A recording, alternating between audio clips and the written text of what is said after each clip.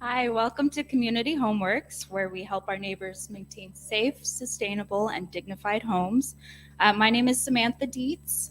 I'm the education coordinator here with the Education Department. Our class today is Intro to Container Gardening, sponsored by Kalamazoo Community Foundation, with our wonderful instructor, Ms. Mandy Dixon. She's a master gardener through the MSU Extension. A few reminders. We've got a question mic, so if you have a question, since this is streamed on YouTube, our last class is also on YouTube. This will be immortalized as well. So to help with the audio, just grab the question mic if you have a question. You guys grabbed your snacks. The bathroom is back there. Just follow the signs. Otherwise, I hope it's a great class. Feel free to ask questions, and I'll let Mandy take it away. Good evening. My name is Mandy Dixon. I'm MSU Extension Gardener, and we're going to talk about container gardening. Container gardening can mean any kind of container. We're not talking about just your little bitty pots. So we'll talk a little bit.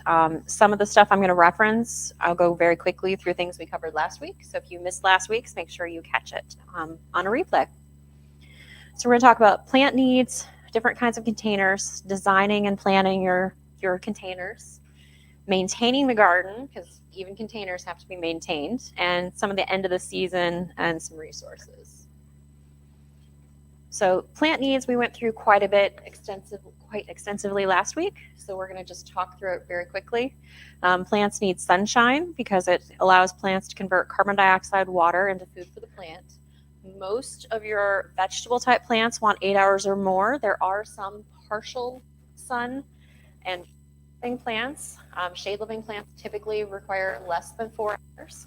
Partial sun is generally from 4 to 8 hours, and your full sun is 8 hours or more. A majority of your flowers and vegetables will be the 8 hours or more. And those type of plants are less productive as sunlight decreases. Kind of watch your space. Don't just assume that because it's sunny right now, as of right this minute, it's sunny means it's going to be sunny for 8 hours all day, because your sun moves as throughout the day. It goes from one end of the sky to the other side, and there could be different trees, houses, structures blocking the sun. So make sure you know what the sun is doing throughout the day and not just for the one moment in time. So this is a little bit of brief photosynthesis. So we've got carbon dioxide and water, which combines with sunlight through the chlorophyll, which makes glucose and oxygen, so sugar and oxygen. So water, second part of the equation. Most plants require 1 inch of water a week, but containers tend to require more water because they dry out quicker. Smaller amount of space, typically more plants within that space, so they will dry out faster, so you may need to water potentially daily. Rain alone is not generally going to provide enough. Carrying water can be a lot of work, so make sure wherever you're putting your containers, you have easy access to water, be it a hose or something you can tote water in or keep the container amount small. Consider self-watering containers, because those will allow you to go longer between waterings. On some of those 100-degree days, though, you might actually need to water twice a day if you have a smaller pot. So nutrients. When we're talking about soil and containers, now you're talking about having the plants pulling from a very limited space. So on your fertilizer bags, and just in general in soil, the primary 3 nutrients that you'll see on those bags are going to be your nitrogen, your phosphorus, and your potassium. So your NPK. And if you look, that nitrogen is primarily for greening up your plants. Your phosphorus is for producing roots and your blooms, so your flowers. And then your phosphorus is just overall, just general health of the plant. So when you look at the bag of fertilizer, it's going to give you 3 different numbers. And it's in this order, NPK. And that's going to tell you what type of fertilizer and what type of nutrients you're giving to the plant. Nutrients can easily be leached from the soil, because as you're watering the plants, you'll notice that all containers, we'll talk about it in a minute, should have drainage. So when you water the plants, you're watering right through your container, and a lot of those nutrients can be washed out with the water. So be sure to feed your containers at least twice during the growing season. Most of those potting mixes that say includes fertilizer will tell you it is 30 days worth or 60 days worth, and your growing season is usually 120 days. So that's why you will need a supplemental even for those. So what kind of containers can you use? Well, first, depending on what kind of container will depend on what kind of potting soil and potting mixes you should put in them. If you've got a raised bed is a really big container. So for those, you can use your garden soil mixed with compost or peat moss and either sand or perlite. And what that does is it gives you a balance of the soil with something that'll hold water and something that will keep the aeration in your soil, because you want a good soil composition so that your soil won't get compacted. You'll have the ability to get water through it and hold a little bit of that moisture. Now your containers, you're looking at a smaller space, so you're now looking at commercial potting mixes, and you can add compost as kind of a fertilizer if you're using a standard potting mix. So drainage, we talked about that just a second ago, but anytime you have a container, the most important part, making sure you have some sort of drainage. Getting prevents you from drowning the plants. And it sounds kind of funny, but your plant roots need air in addition to the water. And if you have too much water in there, it's going to drown them. Now, one of the things a lot of people will hear and talk about is, well, just put some rocks in the bottom of your container because that'll make more drainage. Well, what that actually does is it makes the water slow down and stop on top of those rocks. It doesn't go through the rocks as easily. And the science behind it is that the saturation point is higher up because it's harder for the water to go from one substrate to another substrate. So the whole theory of adding rocks for more drainage is really not what you're going to get by trying that. Even like volcanic rock, like the super porous stuff, that's well, not it's still beneficial, trying to go from soil to a type of rock. So you're going from one substrate to another, and that area is kind of like a barrier. So it slows it down. It's not that it won't go ever, but it's just going to slow that drainage down.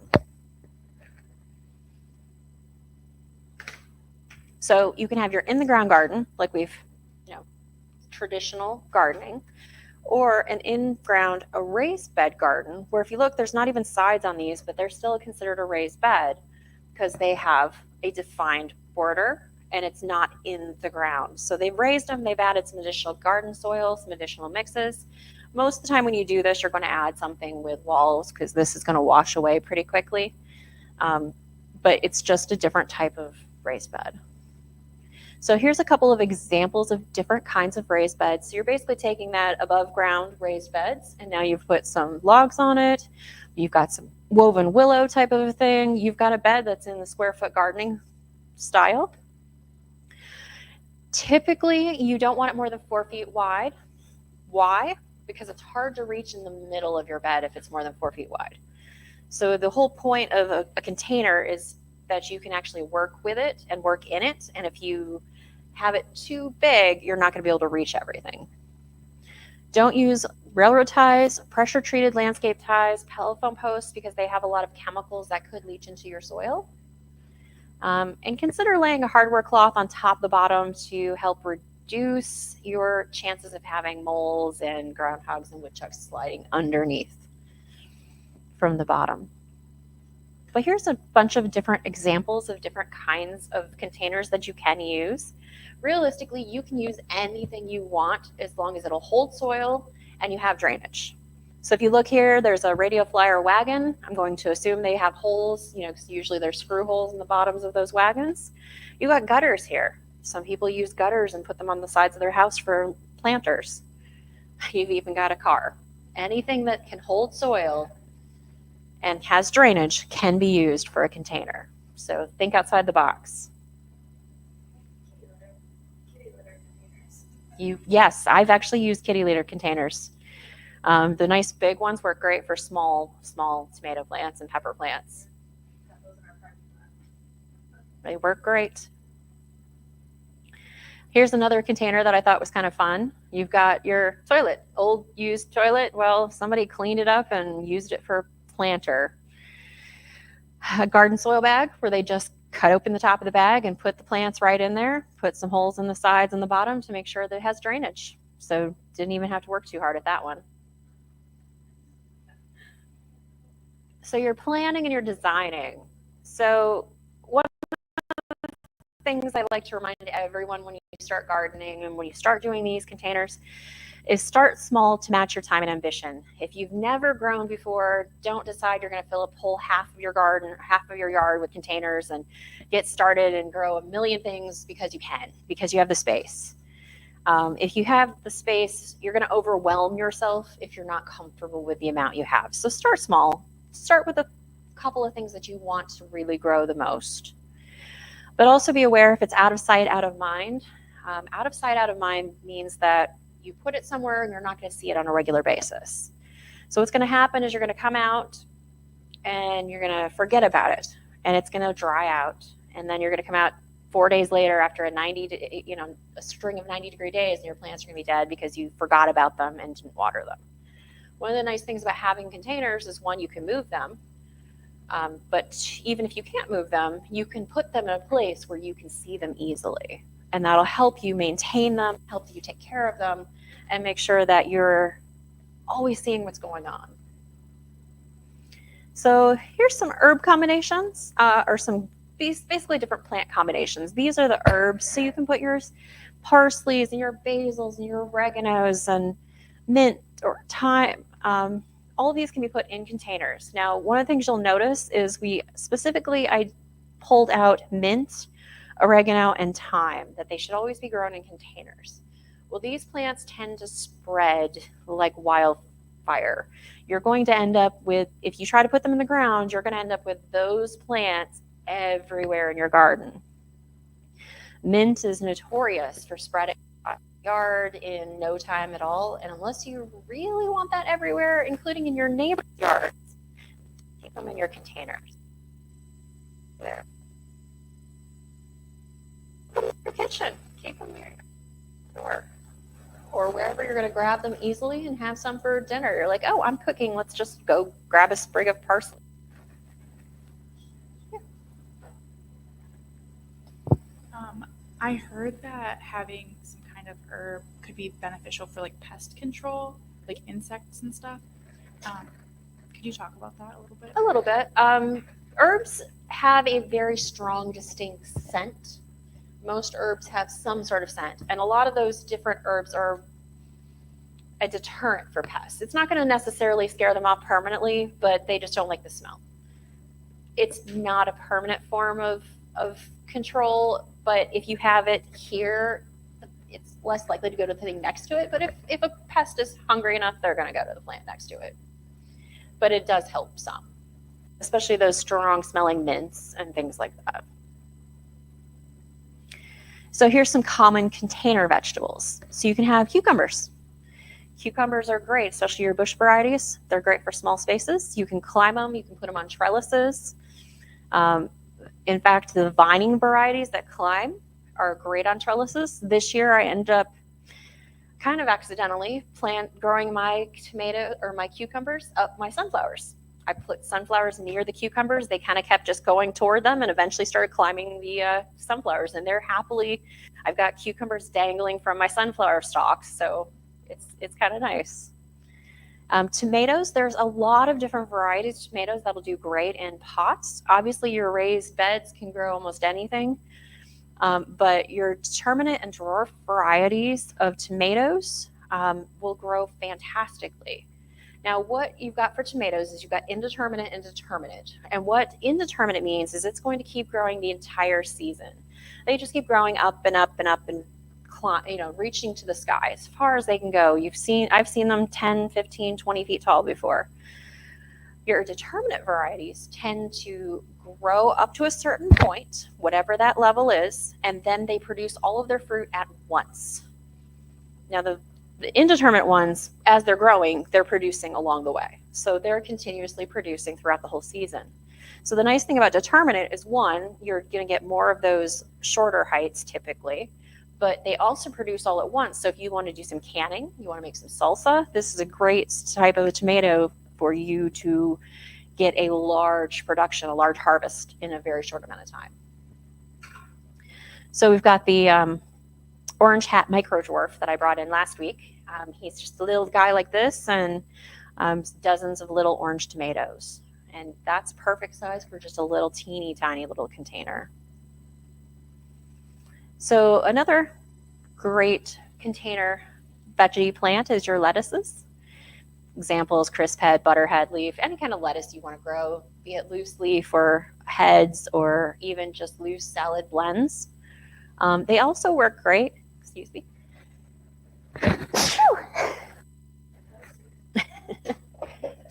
They also work great as a living mulch because they can tolerate some shade. So what is a living mulch? We talked about mulch last time, and mulch is a way to shade the ground, reduce your weed pressure, and also retain moisture. Now your living mulch aren't going to do as, they're going to cover the surface of the ground so you're going to get less weeds. They are okay being a little bit shady, which is why the lettuces work okay on this, and their roots are not very deep. Your lettuce roots are typically only a couple inches at the most.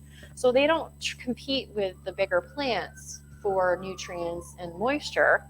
They're going to stay on the surface. So they actually work as a great little, additional sub-planting underneath some of your bigger plants.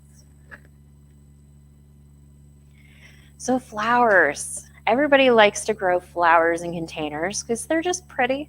They decorate your front curb. They're just fun. They also attract pollinators.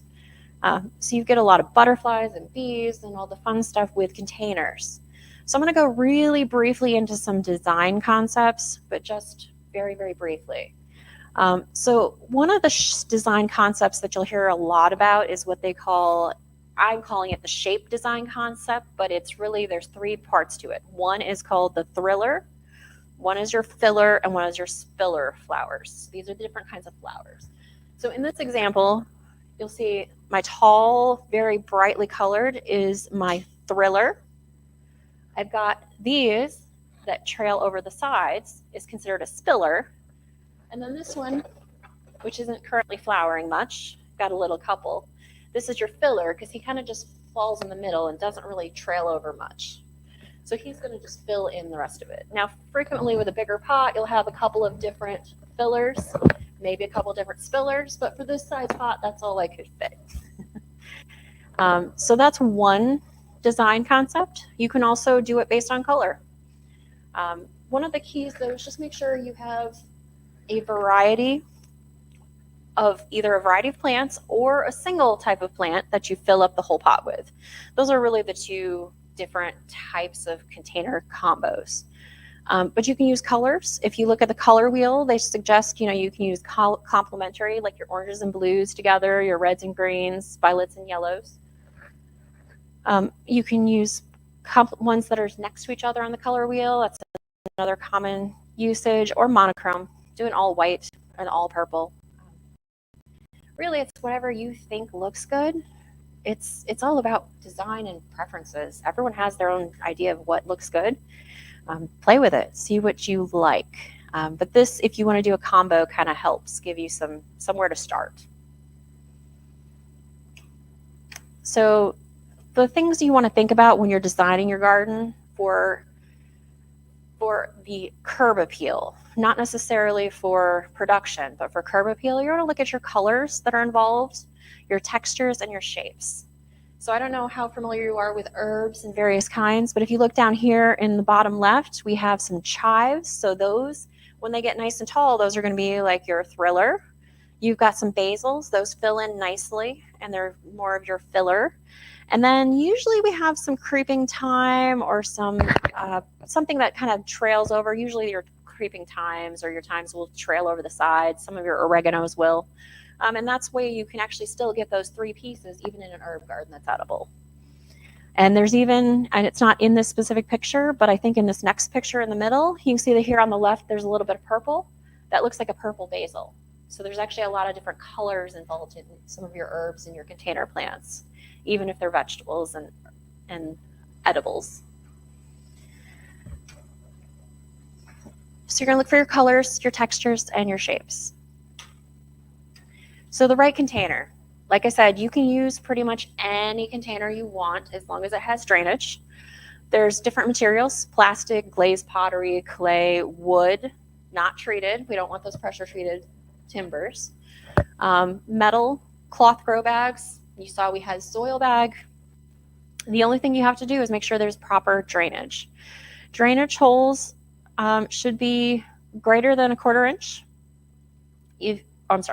Drainage holes that are bigger than a 1/4 inch should be covered with something, be it a coffee filter or you have those landscape fabrics that are like a cloth, anything to help prevent your soil from washing out if you've got it bigger than a 1/4 inch. If you go smaller than that, just make sure you have more holes and less of your soil will actually come out.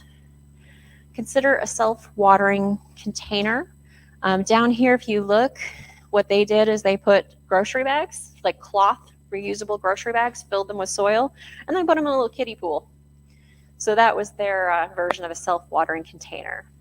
But this pot is actually a self-watering container. And so what a self-watering container is, actually, I'm sorry, this one isn't, but this one has the, down here, see this additional section? This is a reservoir. So it is separate, it holds the water separate, but allows the roots to draw up the water. Some of your self-watering containers will have a little hole here, and it's got wicking cloth inside of it, and it'll draw the water up too. But this allows the plants to do the work, so it's just a little extra container at the bottom. So it gives you a little bit less time. You have to water a little less often. Size. It's got to be big enough to hold the mature plants. Now, if you've got your tomato plants, and we're talking about full size, your indeterminate tomato plants, if you put them in a little bitty pot, your plant is going to pretty much stop growing very quickly because it just doesn't have space for the roots and to pull enough nutrients. So you have to make sure that whatever the size of your plant is going to be, that you're making sure your pots are big enough. Also, keep in mind you need 6 to 8 inches deep for root growth for most plants. I tend to prefer deeper for tomatoes because they do have a larger root system, and again, they are a bigger plant. Small containers do dry out more quickly than larger containers, so it's kind of important to make sure that you're paying extra attention. The smaller your container is, the more water it's going to probably need. And soil nutrients are consumed quicker. And again, we've also got the wash through of water. Every time you water, you're leaching nutrients out of the soil. Dark containers will absorb more heat, so you will require more water. It can damage the plant's roots on those 90, 100 degree days, potentially. But in the spring, you also get a little boost because they get a little warmer, a little faster. And light containers will reflect heat. Generally speaking, the darker container, it's just be careful on those 100 degree days. Around here in Michigan, it's not as big of a concern. Square foot gardening.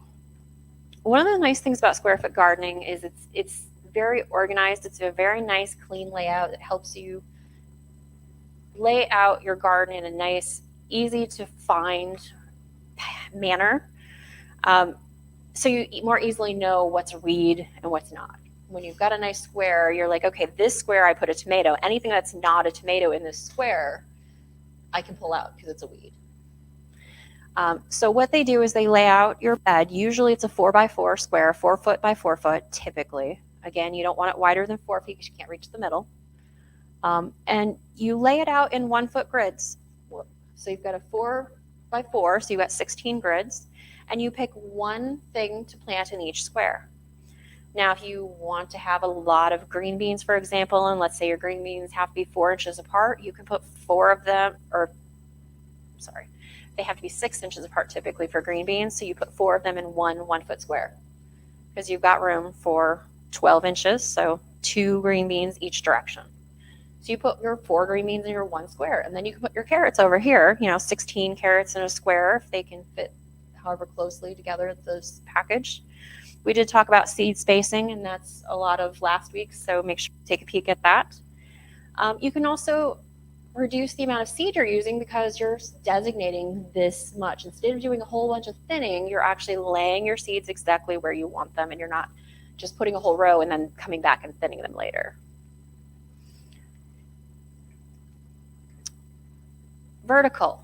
So one of the best things about small spaces containers is you still can grow your tall things, you can still grow your vining varieties, you're just going to grow them up. So it's a great way to use a smaller space to grow bigger varieties. So if you'll look here, we've got several different examples of different types of trellises. We've got a single TP style here in the middle on a clothesline. They took a clothesline and attached it to each of their pots, and they're growing things up that. We've got like a willow woven TP types in the middle. They've got a swing set here that they attached runners to in order to grow some peas and things up. Someone decided to take a couple of bicycle wheels and extend them on a pole. And you've got just some different TP, like your reeds type of thing up at the top. So it allows for your veggies to grow up. You can tie them up using twine. You can tie them up using, there's veggie ties, bread ties. You can just attach the vines to help them out. Some of your varieties will climb on their own. Like I said, I didn't mean to, but I'm climbing my cucumbers on sunflowers. And they did that by themselves without my help. So, but it offers support for tall plants. Here's some support. So if you get your tomatoes or your bushier plants, the ones get taller, things get taller, they still need some sort of support, because what happens as the season continues and they get bigger, your tomatoes will grow up, but they grow a lot of side shoots. And those branches, the taller they get and the heavier they get with tomatoes, they start breaking off if they're not supported. So they do need some support in order to prevent your plants from breaking, from laying in the ground. It helps with, reduces disease because you've got more airflow. So there's a lot of reasons, but there's a lot of different ways you can do it. You can just have stakes and tie them up. You can have tomato cages. Just be aware that your normal, the tomato cages you find at the store, there's usually two different sizes. The small ones are not going to do your indeterminate tomatoes. They're just too small. They're this tall, and by the time the season's half over, your tomatoes have doubled that size. So you just need to be aware that, make sure whatever type of support system you're using is big enough for the plant that you're growing. Maintaining throughout the season. So we talked about watering. Be prepared for those 90 and 100 degree days. Remove any spent blooms. So you want to do some deadheading. You'll want to do some pulling of any plant material that's diseased. You'll want to start cutting those off right away. Clean your tools. Mulch if needed, depending on the size and plant spacing. So if you have a bed, you're most likely going to want some sort of mulch. But if you have a little container like this, there's no space for mulch here, because the plants themselves are filling up the entire container. So just depending on what kind of container and what plants you're putting in it, you'll just want to decide what kind of mulch. And sometimes you can use the living mulches like the lettuces and herbs. So we talked about mulching a little bit last week.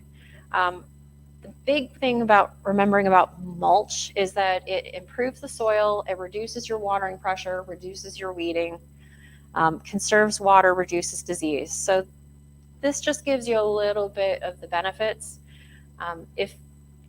If you remember anything from this class and last class, mulch is one of your best friends. It makes your job easier, reduces the maintenance you have to do. So if you want to have a garden and you're like me, I like to be a lazy gardener, mulch is your best friend. There's all kinds of mulch, but I'm not going to go too far into it today. Fertilizing, once your plants are established, you'll probably want to do it twice a season with the extended release type of fertilizer, unless the fertilizer bag tells you otherwise. Some of them say they're good for 3 months, so don't fertilize them for 3 months. Some of them say fertilize them every 2 weeks because it's a water-based and it's a really light fertilizer. So just follow the instructions on the container, or twice a season unless otherwise. Pest control. So even in containers, you're going to end up with some pests, some diseases. You can reduce that by choosing healthy plants. Make sure you're using good sanitation practices. But we talk a little bit about integrated pest management, and I'm going to go into that a little bit here. So your integrated pest management, what that means is you're using the bare minimum amount of chemical controls and other types of controls to manage the pests that you actually get. So some people, some organizations just blanket fertilize or do a pesticide for everything. They're like, we might get this specific type of pest. It's possible, so we're just going to blanket use a pesticide for it just in case. And that's really a lot of chemicals to put in your food potentially, and your gardens and your landscape and your environment. So what we suggest is that you actually watch your plants. Again, they're not out of sight because you're keeping them nearby, so you can always look at them. When you see there's a problem, that's when you react. And that's when you do the least amount of chemicals and the least amount of intervention that you have to, depending on what the pest is. So here's a bunch of different types of pests that you may see in your garden. And some of them may damage the garden, and some of them you're going to see one and it's not going to be a big deal. But these are just some of the various pests that you may run across. So if you see the pest, then that's when you would react with either a chemical or a spray, or you can spray off. So some of these you can just spray with a hose. If you have aphids, for example, which is up there on the right, you can literally just use a hose, the sprayer, spray them right off. And once they're off the plant, they're not damaging the plant any longer. So there's different types of controls you can use, and they don't all require chemicals. For example, your cabbage worms, you can actually just pick them off. As long as you don't get a huge infestation. If you do, then you may want to resort to something else. But you can start by just picking off the one or two if there's just a couple. Down here in the bottom right is your tomato hornworm. And he is usually a one-off. You're only going to see one of them at a time. So if you get him off, you just pick him off and feed him to the chickens if you have any. Do you have any suggestions for the larger pests? Like mine got eaten by squirrels last year, even with chicken wire and marigolds and all of that. Do you have any suggestions for that?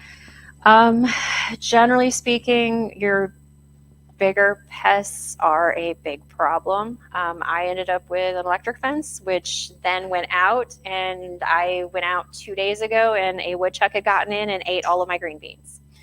So all of them are stripped bare. They even got up on the trellis that some of the pole beans had climbed up, and they ate all the leaves and all the green beans off the trellis. And I was like, how did you climb? But apparently woodchucks are very crafty like that. So even with electric fences, you still might get them. It's exclusion and hope for the best. There's really not a whole lot you can do. I was pretty impressed that he got up the trellis, though. Now, one of the things that you may or may not realize is that not every bug you see in the garden is a pest. Some of them are actually really good. So if you look here at this chart, these aren't the greatest pictures, but the one on the right, the two columns on the right, those are ones that you actually want to get rid of. Those are ones that are going to damage your plants. But the ones here on the left, those are actually your beneficials, and they're going to some of them will actually kill some of the ones on the right. So you've got to make sure that just because there's a bug, an insect in your garden, it may not be a problem. And that's one of the purposes of integrated pest management. You're actually only taking care of things that are actually causing damage, and a significant amount. Because if you just have a hole in a leaf, it's not going to hurt anything. Now, if they start taking off all of the leaves, then you may have to do something. Here's another example of some of the beneficials that you'll want in your garden. If you can attract these to your garden, with some of them are attracted to different kinds of flowers. Some of them actually are attracted to your aphids. So if you have aphids, your ladybugs are going to start showing up. You want these in your garden. So your lacewings, some of your garden spiders, praying mantis, damselflies, paper wasps, lady beetles, those are actually predatory and they will actually start killing some of those pests for you. End of season. Now we're going to talk about what do you do? Everything's done. We're not worried about that just yet, but give it another 2 months and we're going to be looking at the end of season. And what do we do now? We've got all of our containers. Everything got frozen because there was a frost. Pull the beds and compost. Pull all plants and compost unless they're diseased, but you don't have to do it in the fall. If they're diseased, you'll want to pull all those plants and get rid of them. Do not compost. In the fall, it depends on your tolerance level because you will get more bugs overwintering, and usually we're talking about those beneficials because you're not keeping if you've got an infestation of some pest, you'll want to get rid of those plants. But if it's not, you're going to be able to overwinter some of those beneficials if your environment allows that. Some people can't. One, they don't want to see it over the winter, or two, their neighborhood doesn't allow it. But if you can keep some of your raised beds and keep those plants in there until spring, until it gets warm enough that things are starting to green up, then you actually will encourage a little bit of an environment for them to overwinter. And you'll have more beneficials. But if you can't, then do it in the fall. Do it fall or spring is fine. But again, pull all the plants, remove any trellises or supports. You'll still want to do that even if you're leaving them over winter because you don't really want to mess with those in the winter because they might fall and break with the weight of snow. Now, if it's a sturdy one that's permanently there, you don't have to worry about it. Either remove the mulch or work it into soil, but that's a great job in the spring too. You don't have to do that in the fall or winter. You just want to make sure that your mulch is worked into the soil. And that actually acts as almost like you're composting it.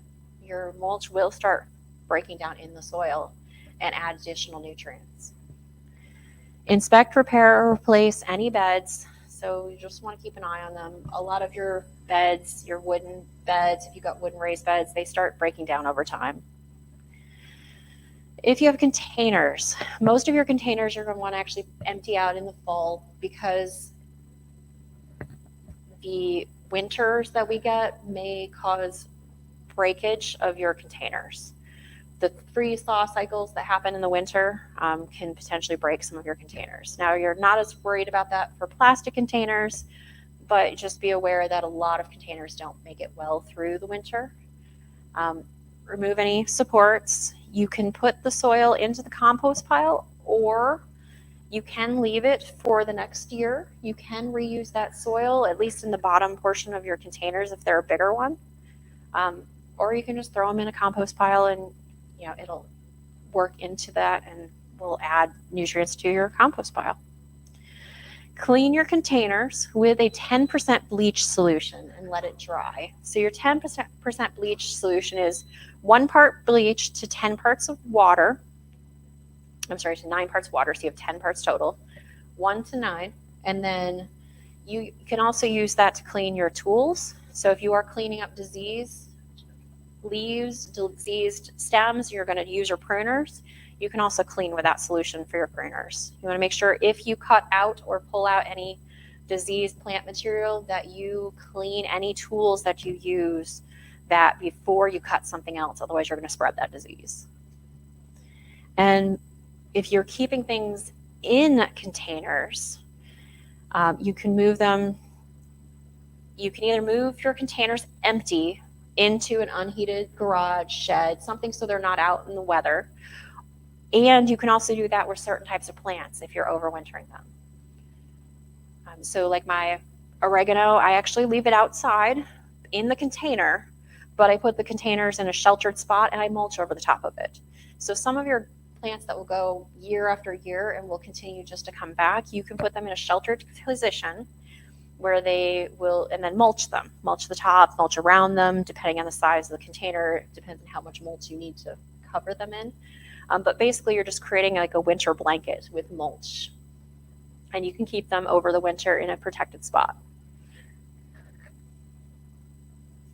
And now we're going to talk a little bit about resources.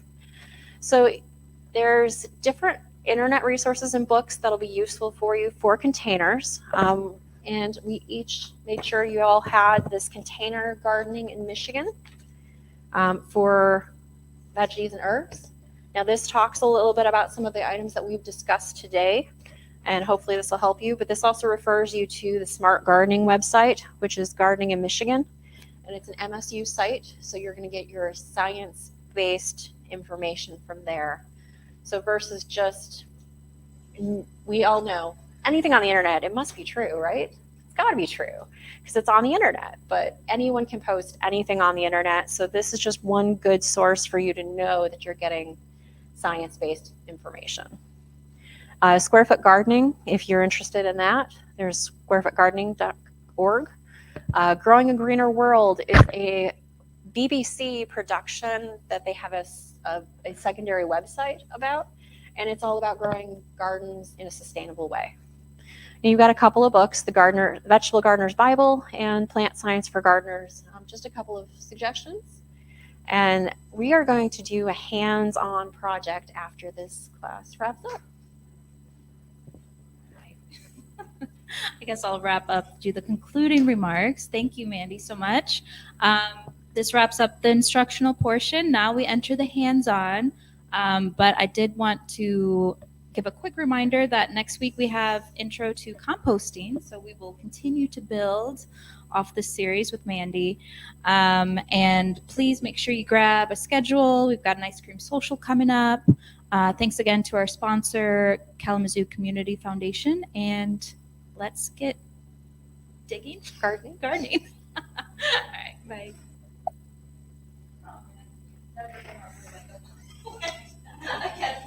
Yep.